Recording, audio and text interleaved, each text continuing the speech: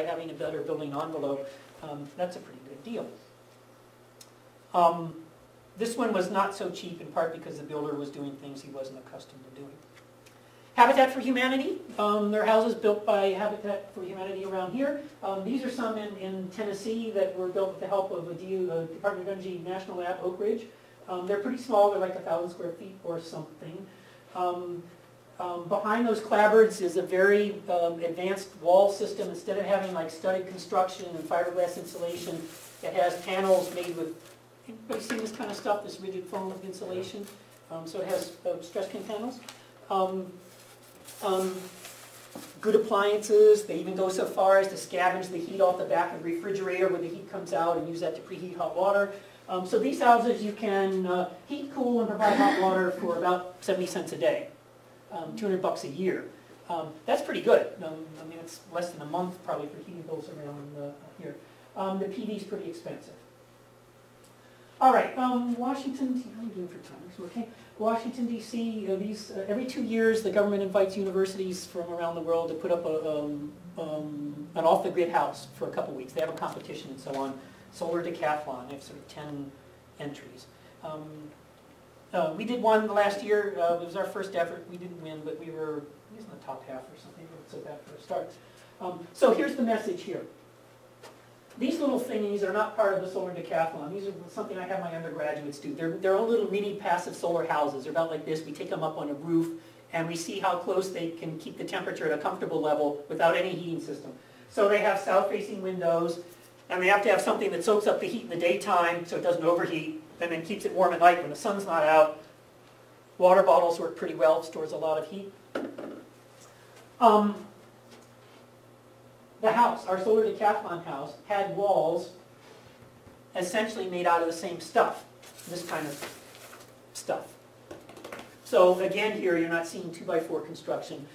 You're seeing something that insulates a lot better. And there aren't many builders around here who know how to work with that kind of stuff, but it's one way to do it. You can build a house with this, and you need some sheathing and so on. It's essentially like making a walk-in cooler at a fast food restaurant or something where they keep the hamburger patties or whatever, and it's really heavily insulated. 6 inches of this will do it. You can make houses like this. People do it for 25 years around here. It costs you $100 a winter to heat them. And if you want a window, you just get out your Sawzall and cut a hole and put the window in it.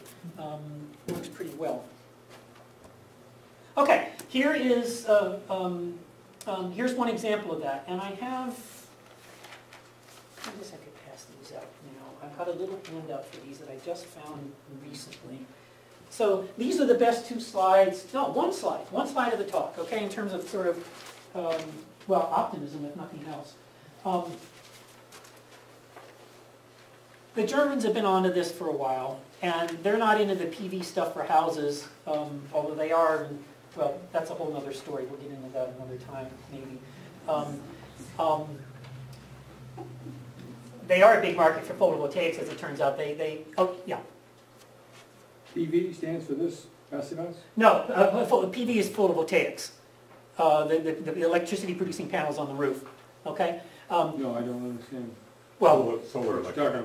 Well, I'm saying that the Germans are not using solar electric panels on the roofs of their houses, but they have very low energy houses. So in the U.S., the standard thinking is maybe you can save a half of the typical energy in a house. But if you want to go all the way to zero, you're going to have to produce some amount of electricity from electricity-producing panels on the roof or a wind turbine or something. And my argument is that's pretty expensive to do. So are there alternatives to doing that? And here is one alternative. This is a house that's been built recently in Illinois, and it looks relatively ordinary. It is an all-electric house. There's no other fuel in it. And January, I think it was January this year, the electricity bill for everything in this house was $35. The only heating source in this house is a 1,000-watt heater that's in the ventilation system. 1,000 watts is less than any blow dryer that any of you have in your house. And that's what the whole house is heated with. It's minuscule.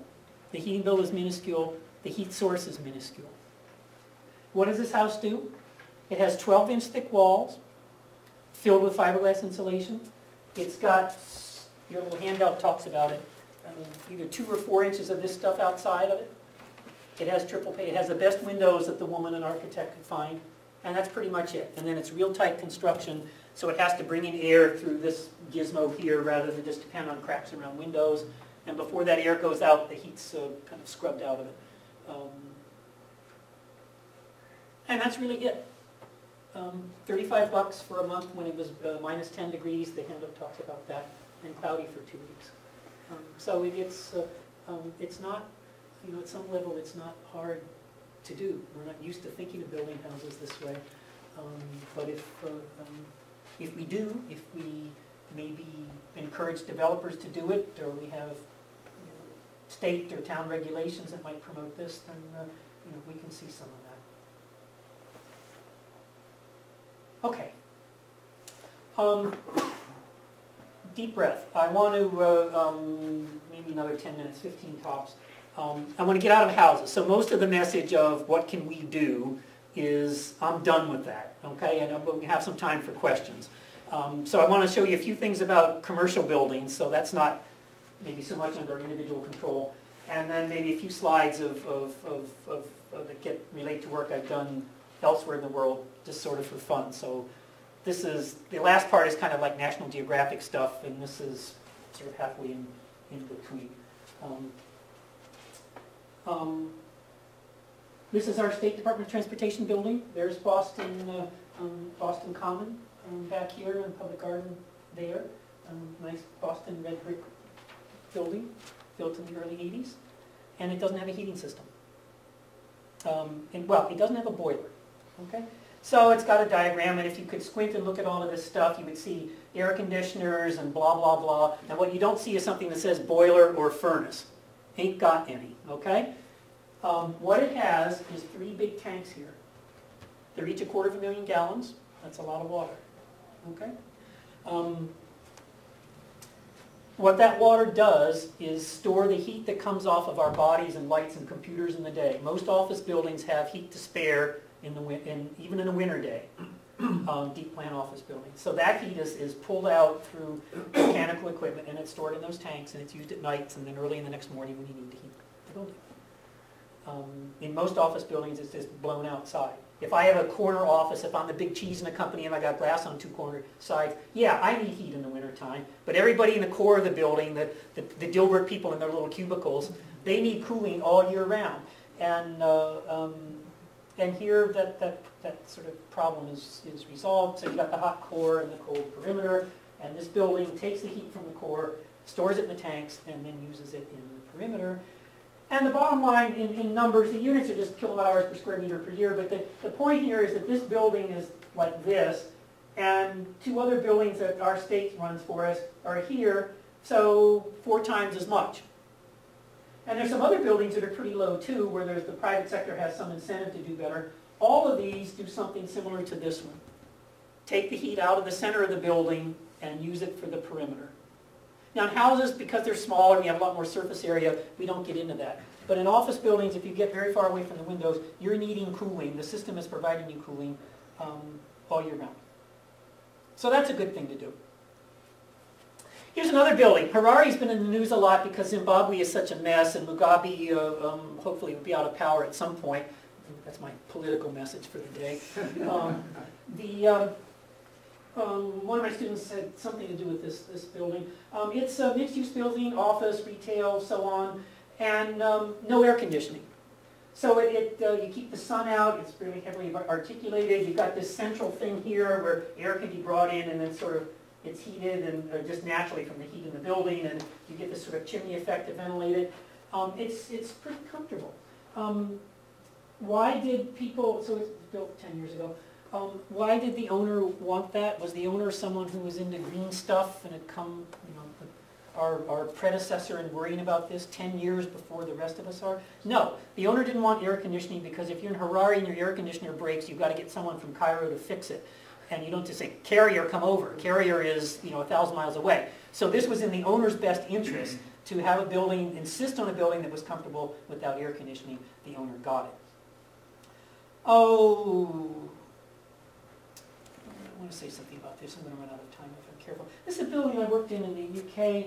It's a sealed box. It's owned by BP, the petroleum company. Beyond Petroleum. They're the deal with this building, there's a little bit of a story here. This building has no natural ventilation, even though the London climate's pretty mild. So it used a lot of energy. And one reason it did was it was in wintertime, it was bringing in a whole lot more air than it needed to. The building was lightly occupied. And they were also concerned about having enough for their conference rooms, and it's more of a story than I want to go into.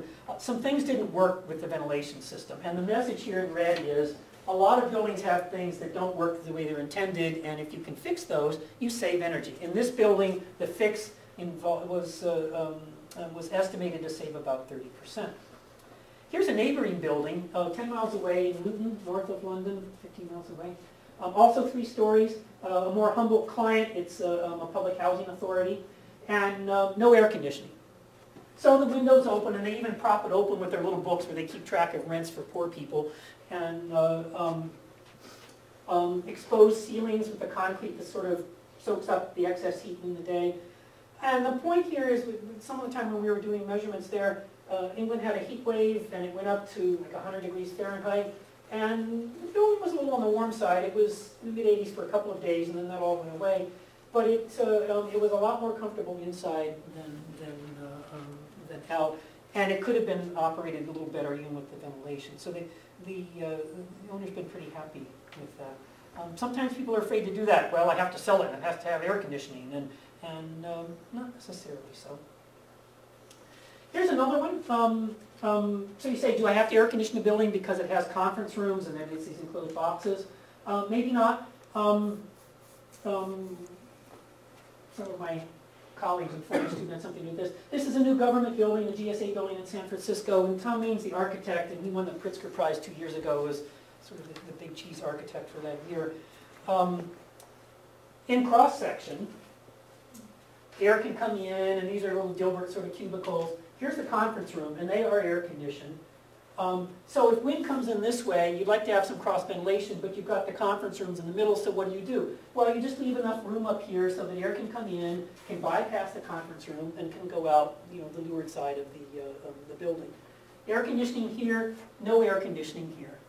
So in the tower part of that building, there just isn't any. And there was a lot of work done to show that even in a sort of a San Francisco heat wave, if there is such a thing, people would be comfortable in that building over, say, a 2 or 3 day heat wave period. Here's a courthouse, a kind of clean building in LA where I did some work with a student. What the red shows is that through some tests and some simulations we did, we could lop off about 15% of, about 15%? Yeah, I guess it is. Of the whole building energy use, not just the HVAC stuff, by doing one thing only. Ventilate the building at night. The windows don't open, it's just a sealed box. Turn on the fans at night, don't turn on the air conditioner. Cool it down. No, in New England, after the ball game's over, the Sox are over, the news is over, whatever, we open up the windows in the summertime. You can't do that here, but you sure can run a fan. And if you don't do that in this building, what happens? Everything shuts down when people go home, and then at 5 in the morning, the air conditioner comes on to get rid of the heat that's sort of built up in the building. You can knock out a lot of that just by ventilating it. There's more to that story. It's not quite as easy as it seems, but there's a big savings thing. Oh, we'll kind of skip this. Commercial building air conditioners, there's too much information here to want to talk about. The message here is that if you put together some things that people pretty well understand, cool buildings at night, control the speed of the air conditioner, put a lot of little things together in combinations, we think we can save about 50% of commercial building air conditioning use. And we're working on that now at